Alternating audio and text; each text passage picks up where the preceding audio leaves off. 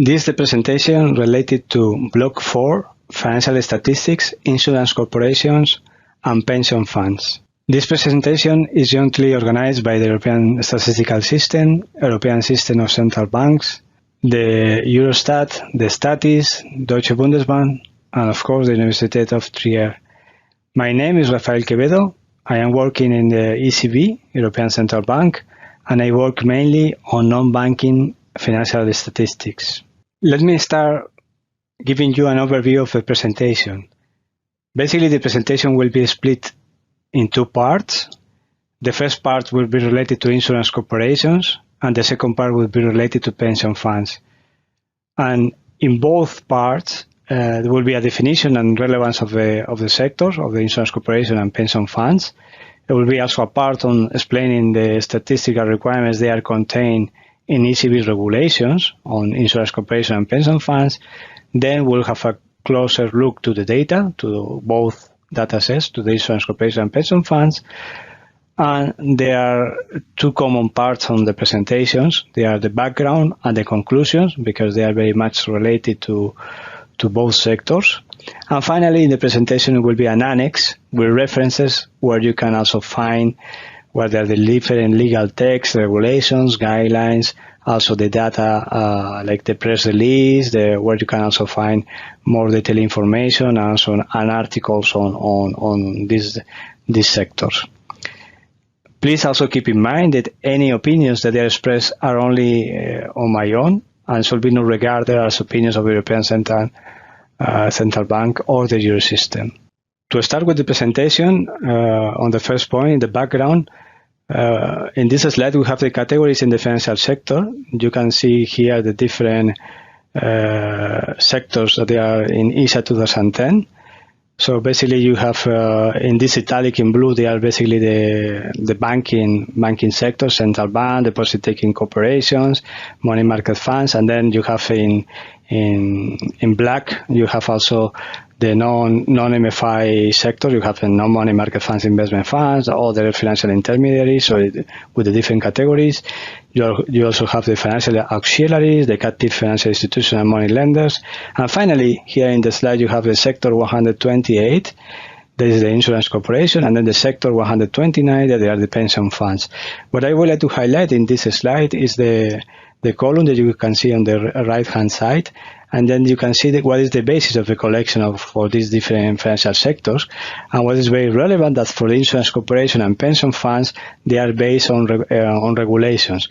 This is very important because, we will see later, normally the regulations are very sound legal requirements, where you can put the statistical requirements, and normally you have higher quality, better timeliness, and better availability of data. So it's very important. Keep in mind that these two sectors, for the collection of the European System of Central Banks, the ECB, you have a regulation for the collection of these two financial sectors.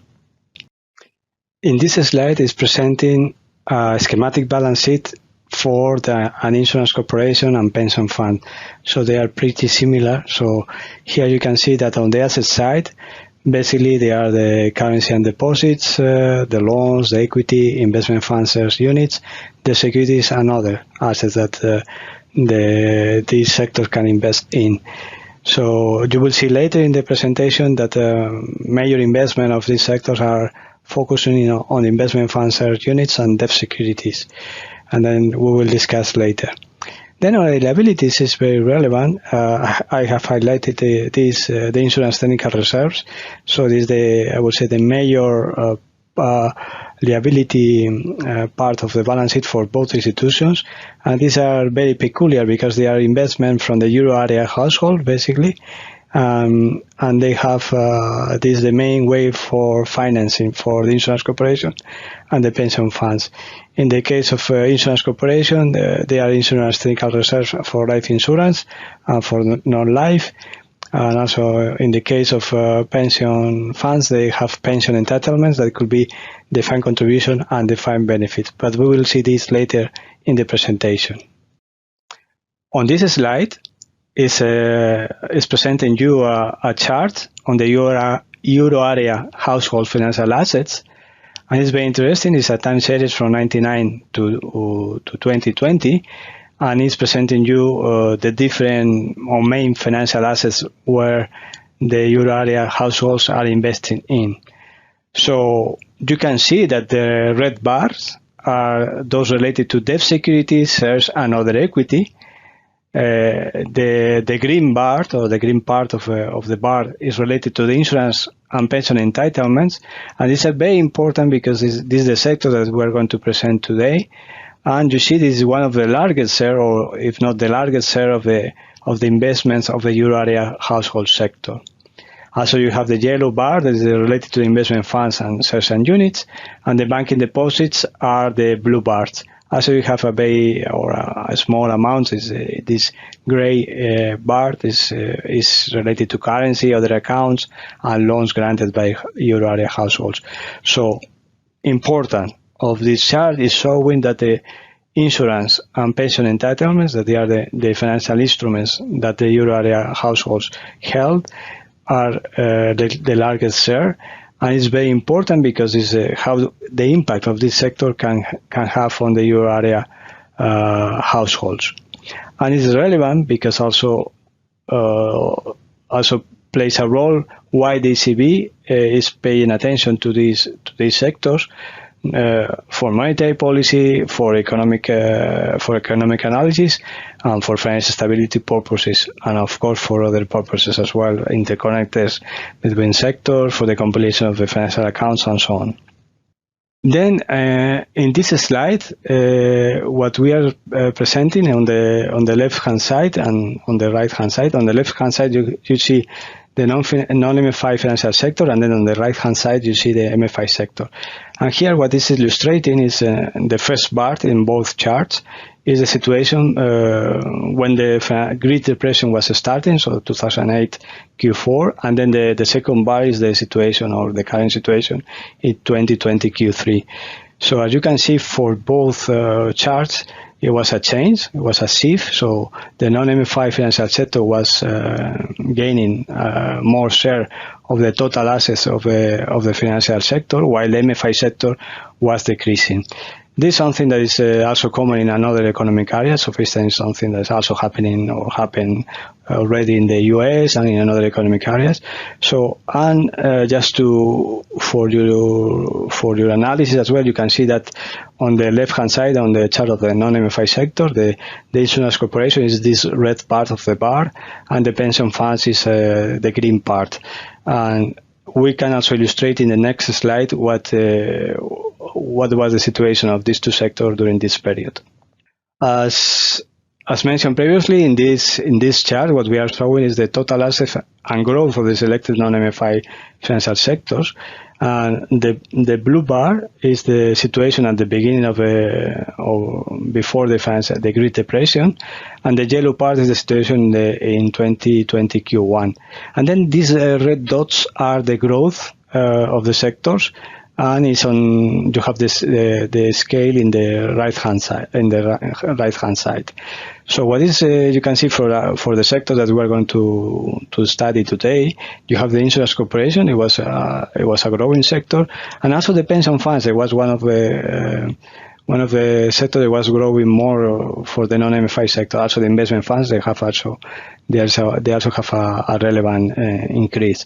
So keep in mind as well that it was very important that these two sectors were growing, even in the situation there was a financial crisis, a Great Depression.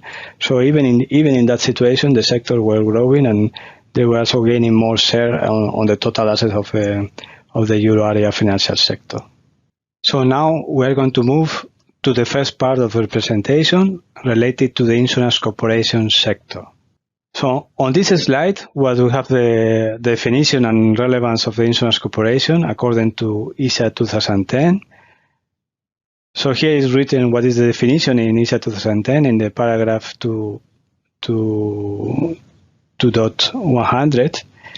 And the subsector insurance corporations consist of all financial corporations and quasi-corporations which are principally engaged in financial intermediation as the consequence of the pooling of risk, mainly in the form of direct insurance or reinsurance. The key aspect for this sector, as well as for the pension fund, is the pooling of risk.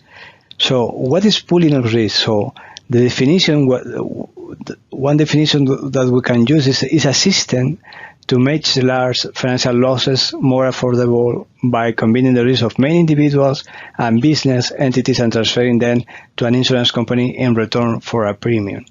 So for instance, to give you an example, so you can have some kind of insurance for your car.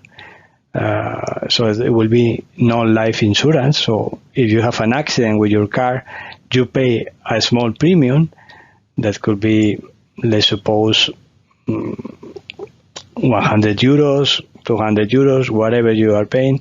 It's much less. That is the cost of your car. But in case something happened to your car, this pooling of risk, because there are many individuals, they also insurance their car. This company is taking the premiums for all these individuals, and in case something happened to you, so it's combining the risk of many individuals, they cover you for these risks, and then you are covered for any kind of accident. So this is the type of business they are doing. So they take the risk of many individuals. These individuals pay a premium, and if something happened to you, this company pay for you for this risk if this is happening. In this slide is illustrating the different type of insurance. So in the case of direct insurance, you have basically life insurance and non-life insurance. So the life insurance is normally the policyholder pays makes regular or one-off payments to an insurer in return for which the insurer guarantees to provide these policyholders with an agreed sum or an annuity at a given date or earlier. In the case of non-life insurance, is insurance related to cover of risk like accident, sickness, fire, credit, and so on. Then for the reinsurance is something that is insurance that is bought by an insurer to protect himself against unexpectedly large number of claims or exceptionally heavy claims. So normally this type of business they are done by insurance corporation. Then you also have other type of insurance. It's more related to the social insurance. Normally it's covered by Social Security, so the payment of public pensions, health issues. I mean the health system normally paid by Social Security. And also you have employment-related social insurance. They are not government, so they are private pension basically. And you also have other type of employment related to social insurance.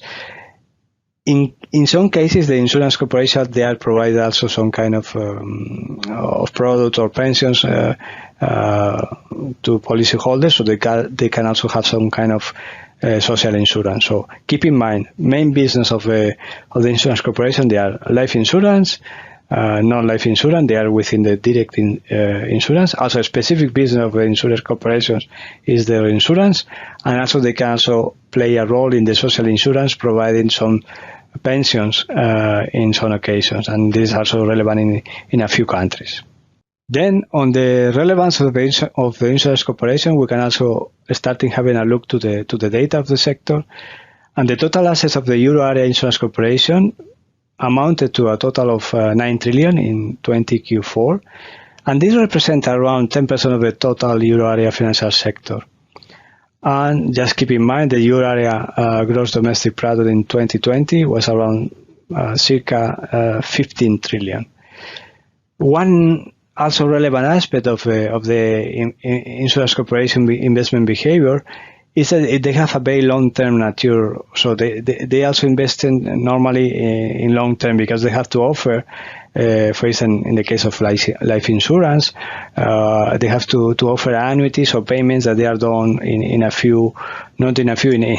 long time in a long-term period, and normally they can also be market stabilizers because, for instance, in financial crisis, as they have this long-term nature of investment, they can also, when there are fire sales, they can also maintain the market. So basically, they can buy when the market is going down. They can buy assets because they can wait. They don't need to have a certain results or certain oriented investment, because they can wait. So they can buy when the market is very low, and they can also, when they have to provide the annuities, they can also pay these annuities, because in the long time period that they have to invest, they will have some gains as well.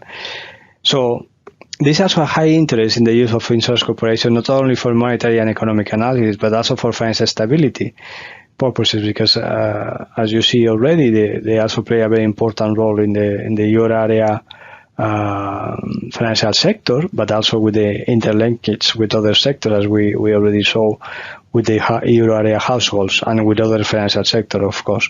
So it's also very relevant for the compilation of the euro area accounts.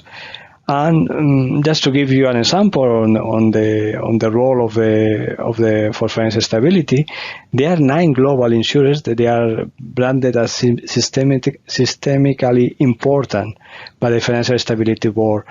So these are very large insurers that they can also, if something happens to them, they can also cause a big problem in the financial sector or even in the whole economy. So these 3 out of these 9 global insurers, they are located in the euro area. They are Allianz, AXA, and IGO. So we start now to look to the ECB regulation on insurance corporations. So there is a regulation, as I mentioned before, is regulation ECB 2014, then /50. So there's a number of the regulation of the ECB that is related to the statistical reporting requirements for insurance corporations. So we can call the EC regulation. So the main features of this regulation is based on solo reporting. So it's not consolidated group data. And normally this consolidated group data is more related to supervisory purposes. So we only have solo reporting. So this has a possibility to use the supervisory reports to minimize reporting burden. So there's a possibility to combine supervisory returns to report the statistical data. A summary of the information collected, they are, of course, the balance sheet, so mainly quarterly. And we also have premiums, claims, and commissions. On the data type, we have end of period stock data, and also we have revaluations, adjustments, and transactions. And very importantly, as well, we also have security by security reporting. So normally the deadlines for reporting to the NCB they was reduced sequentially from 8 weeks in 2016 to 5 weeks in 2019. So, and also the annual reporting was reducing from 20 weeks to 14 weeks. Following with the ECB regulation on IC statistics, it's very important. I would like to highlight it in paragraph 5 of the regulation. It's written that in order to minimize the reporting burden on insurance corporations, the NCBs might derive the data required from data collected under Directive 2009/138 IC. So basically it's what we call Solvency II. Solvency II is the requirements for supervisory purposes, that they are different as the statistical requirements, but a majority of NCBs were using supervisory data for deriving IC statistics. So, in fact, 16 out of 19 euro area NCBs are using this system. So there was a very close cooperation with the European Insurance and Occupation Pension Authority, EIOPA, and then the ECB were cooperating with EIOPA to have a common or some kind of common templates that the ECB and the EIOPA were using. And basically, there were some inclusion of ECB statistical requirements in Solvency II, what we call via ECB add-ons. So in the templates of Solvency II, they was used for supervisory reporting. A few ECB add-ons were also included, and it was possible as single data flows in most of the euro area countries. That I am showing. This is so in the slide. You can see the flow of this single data flow, where the insurance corporation send the Solvency II data plus the ECB add-ons to the National Competent Authority, and then this National Competent Authority, they send the Solvency II data and the ECB add-ons to the NCB, and then the NCB send the national aggregates to the ECB. So basically, this I would say is the common data flow from the insurance corporation at the end is reaching the ECB. So this is also, it was very useful tool because it was saving costs to the insurance corporation and also to the whole system. Also the NCB was just receiving the data from the National Competent Authority. It was also a big corporation as well at national level. And at the end, the ECB receives the national aggregates from the NCBs. Then in this slide is presenting you the situation of the integrated reporting, but of course there could be also some lessons learned so far about the integrated reporting for the insurance corporation. There are some advantages that I'm pointing here, like a single data flow. So it's more efficiency and cost reduction for reporting agents. Is more granularity. It was possible to have more security by security data, basically. So it was very important to have this information. It was very good on the availability of the data. There's also more comparability on the data, on the statistical and supervisory data across countries. There's also a lot of benefits of looking at requirements from different perspectives. It was also appreciated by the users and also, from the different analysts.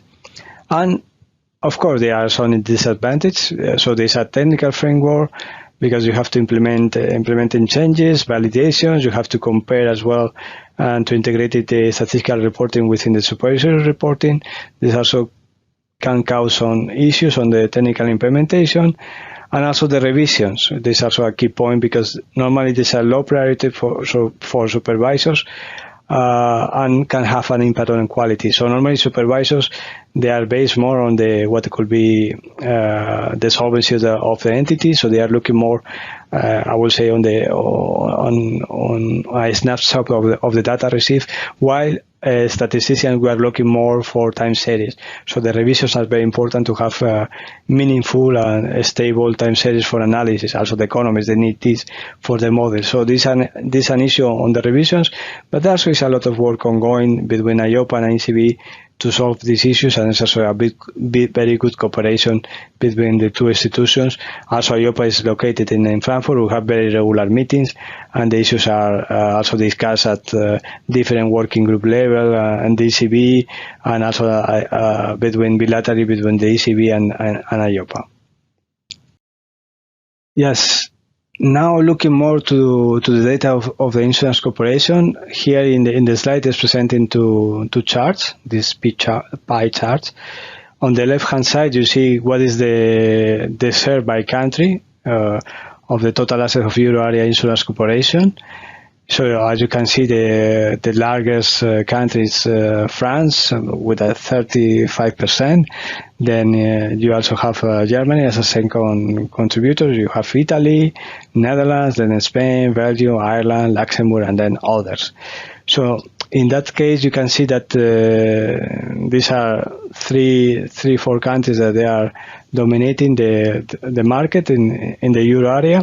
And then on the right-hand side, you see what is the large type of insurance technical reserve, that the major instrument on the liability side for insurance corporations.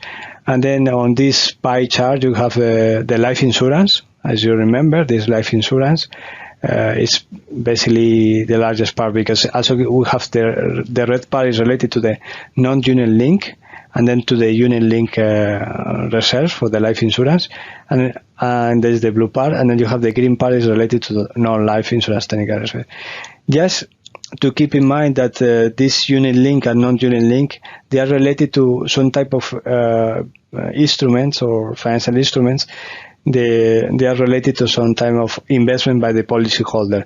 So in the case of the unit link insurance technical reserves, so the policyholder, they choose a basket that they invest in. So for instance, they can use a portfolio or certain investment in debt securities, in shares, and so on, and then they obtain a return from the company. While the non-unit link is normally you sign a contract and the company, they offer a certain amount, annuity that maybe is a value or a certain share of return on the investment that you are doing. So 5%, 10, whatever that is signed in the contract. So while you have to keep in mind what is relevant, that in the case of the unit link, the risk is for the policyholder, And in the case of the non-unit link, the risk is for the insurance corporation, and it's very relevant for financial stability purposes. As you can see now, the current situation in the euro area, most of the risk is still in the insurance corporation sector. While this also a change, because if you will see this in a time series, this is an evolution to move from the insurance corporation from the non-unit link products to the unit link. So they are shifting the risk from the non-unit link to the unit link. In this chart, we have the different type of insurers that we can have, and also in what type of instruments they are investing. So if we look to the different types, we have from left to right, we have reinsurance, then we have life insurance, non-life insurance, and composite insurance. Composite insurance basically is a mixture of, so they are those companies, they are doing life insurance and non-life insurance, so they are composite insurance. Basically, what you see that what is in life insurance, they have they invest a lot in debt securities, normally longer term debt securities, and also they also have a very large share of the investment in the investment funds as units. You remember that normally this unit link life insurance, normally they have this type of investment. They invest in these investment funds as units. So in the case of reinsurance, you see that they invest a lot of, one of the largest shares is in equity. So there's a curiosity for this reinsurance sector. And in the case of composite, it's a bit of mixture of between the life insurance and non-life insurance. So this keep in mind normally the long-term oriented of for the life insurance. And also this curiosity of the insurers that they invest a lot of in equity. In this final slide for the insurance corporation, I would like to highlight a couple of things, just also for you to remind. So please keep in mind that this sector, the importance of the sector in the euro area financial sector, also for the interconnectedness with other sectors. Keep in mind as well, how was the collection system organized. So we have this integrated reporting with supervisory data. So the Solvency II data was also taken as a basis for the compilation. And then we have these ECB add-ons. Now this Solvency II is under review, and we have also a close cooperation with EIOPA to maintain this integrated reporting. There was also new data published recently on premiums, claims, and commissions. And this revision of Solvency II, it will be subject to what we call this merits and cost exercise. So in case that it will be a benefit to have these changes in the regulation, they will be included, and will be subject to the cost for the reporting agents. And it's something that this will be not done before the second half of this year, so in 2021. So these are the situation for the insurance corporation, and keep in mind the importance of the data, the relevance, interconnectedness with other sectors, for financial stability, monetary policy, and so on.